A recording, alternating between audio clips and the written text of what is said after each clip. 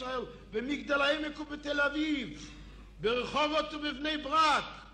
כל אישה תהיה תחת הסכנה של קבלת קטיושה על הראש, בדיוק כמו שמקבלים לפעמים מקריית שמונה.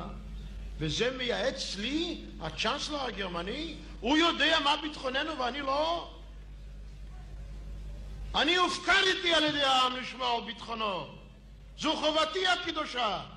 והוא נותן לי עצות לכל אירופה ולכל העולם, איך להכריח אותנו לקבל מדינה פלסטינית, הרי זה מעשה איבה שלא היה כמוהו. וממי הוא בא?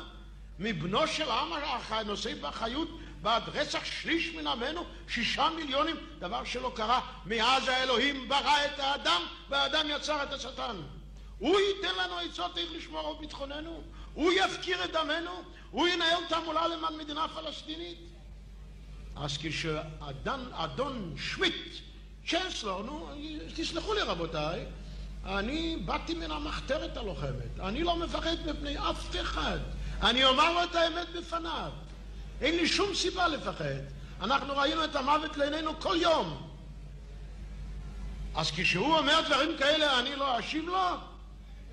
אינני יודע מה שקרה עם עמי, אינני יודע מה שקרה עם משפחתי, אינני יודע מה שקרה עם אחותיכם ואחיכם, מה אינני יודע?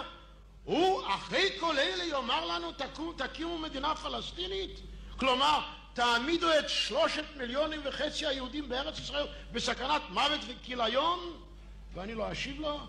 שיבותי לו כמו שצריך. ידידי, אני לא מוותר אפילו על מילה אחת ממה שאמרתי, ואם יש כמה יפי נפש שככה יכלו להקם את האף שלהם, יהיה להם אף עקום.